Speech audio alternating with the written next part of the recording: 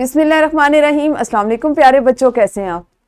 یقیناً ٹھیک ہوں گے، تندرست ہوں گے۔ پیارے بچوں، آپ جانتے ہیں ہم اردو جماعت پنجم کا ریمیڈی پیک کر رہے ہیں۔ آپ نے آج جو صفحہ مکمل کیا وہ یہ والا تھا جس میں آپ کا آج کا حاصل تعلم تھا اسم معرفہ یا اسم نکرہ کا درست استعمال کر سکیں۔ یقیناً اس کیو آر کوڈ میں دیے گئے ویڈیو لیکچر سے آپ نے سیکھا کہ اسم معرفہ اور اسم نکرہ کیا ہوتا ہے اور کہاں کہاں ہم اس کا کس انداز میں استعمال کر سکتے ہیں۔ آپ اس کے درست استعمال سے واقف ہوئے۔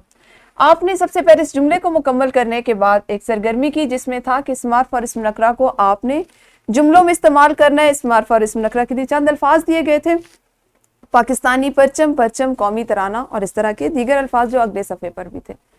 یقیناً آپ کو اچھے سے سمجھ آ گئی ہوگی اپنے سبق قومی ترانے کو مد نظر رکھتے ہوئے کہ ہم اسم معرفہ اور اسم نکرہ کی پہچان کس طرح سے کرتے ہیں، اسم معرفہ کیا ہوتا ہے، ہماری بول چال میں اس کا کیا استعمال ہے۔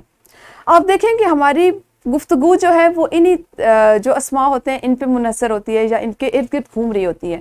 میں نے آپ کو اس سے پہلے والے جو ہمارا اسم معرفہ اور اسم نکرہ کا لیکچر تھا اس میں بھی یہ بات بتائی تھی کہ ہمیں جب ہم بات کر رہے ہوتے ہیں تو ہم یہ سوچے سمجھے بغیر بول رہے ہوتے ہیں، لیکن اگر ہم غور کرنا شروع کریں، اپنے جملوں کو لکھنا سوچنا شروع کریں تو ہمیں اندازہ ہوتا ہے کہ ہمارے ہر جملے میں کوئی نہ کوئی اسم معرفہ ضرور ہوتا ہے۔ اور آپ اس بات سے واقف ہیں کہ ہر اسم معرفہ جو ہے اس کا اسم نکرہ ہوتا ہے، لیکن اسم نکرہ کو ہم اسم معرفہ میں نہیں بدل سکتے۔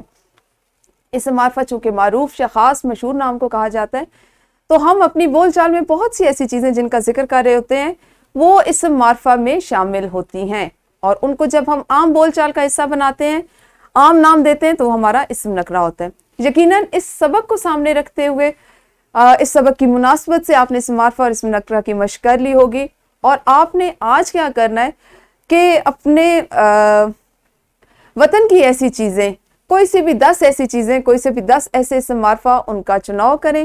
آپ وہ مختلف مقامات لے سکتے ہیں، اس کے قومی نشان لے سکتے ہیں، مختلف جگہیں ہو سکتی ہیں، شہر ہو سکتی ہیں، 10 کم از کم 10 اسم معرفہ تلاش کریں اور ان کو اسم نکرہ میں تبدیل کریں۔ یہ ایک آپ کی اضافی سرگرمی ہے۔ اس کا مقصد یہ ہے کہ آپ بول چال میں ایسی چیزوں کا زیادہ استعمال کریں اور اپنے ذہن سے اپنے ارد گرد کا مشاہدہ کرتے ہوئے سوچیں۔ اپنا خیال رکھیے۔ اگلے حاصل تعلم کے ساتھ اگلے لیکچر میں بات کریں گے، تب تک اللہ حافظ، شکریہ۔